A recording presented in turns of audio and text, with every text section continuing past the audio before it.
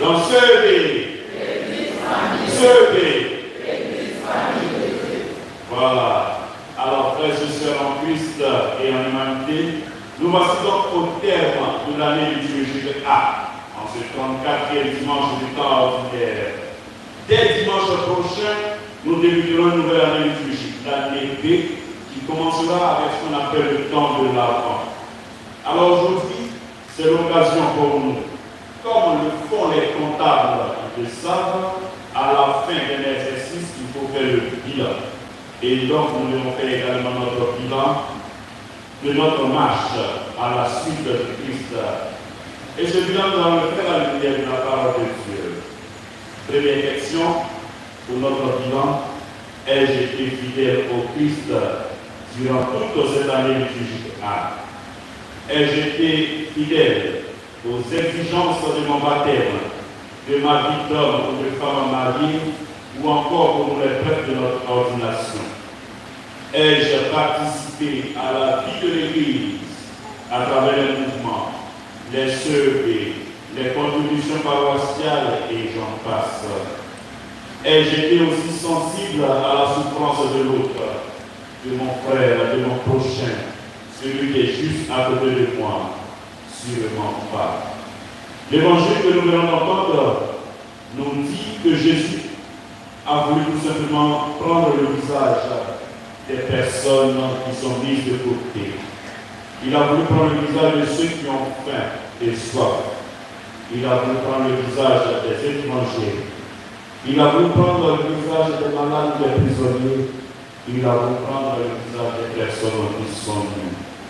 Finalement, le Christ s'identifie donc à toutes les personnes qui souffrent et qui sont mises de côté. Et le comportement que nous avons à l'égard de ces personnes-là, c'est le comportement que nous aurons eu à l'égard de Jésus lui-même. Ne voyons pas là une simple formule littéraire ou une image, mais c'est également une réalité. Et on raconte l'histoire suivante. Une femme qui désirait rencontrer le Christ pour lui faire un repas, elle dit un jour à l'ange Gabriel qui vient la visiter que je veux voir le Christ et je veux lui faire à manger. Et l'ange lui dit que le Seigneur viendra dans 2 jours. Le jour j'y arriva et elle fit un succulent plat pour le Christ avec, comme vous pouvez l'imaginer, tout ce qu'il y a de bon dans la sauce. Du poisson avec du crabe, de la viande douce qui bouillait et qui montait en descendant dans la sauce. Et tout cela accompagné de bon pain. À 11 heures, notre femme entend sonner. Elle court ouvrir la porte, car pour elle, c'est le Christ. Il a donné son heure et son rendez-vous. À sa grande surprise, elle voit un mendiant. Il se pointe et qui lui demande à manger. Elle le chasse en lui disant: attends, j'attends Jésus et c'est toi qui viens. C'est pour lui que j'ai préparé, il n'y a rien pour toi, dégage.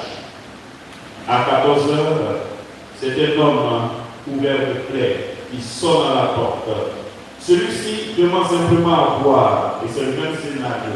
Elle le chasse, elle lui dit: moi j'attends Jésus, c'est pour lui que j'ai fait à manger. À 18 heures, une troisième personne arrive, et c'est un lépreux, qui lui demande à boire et à manger.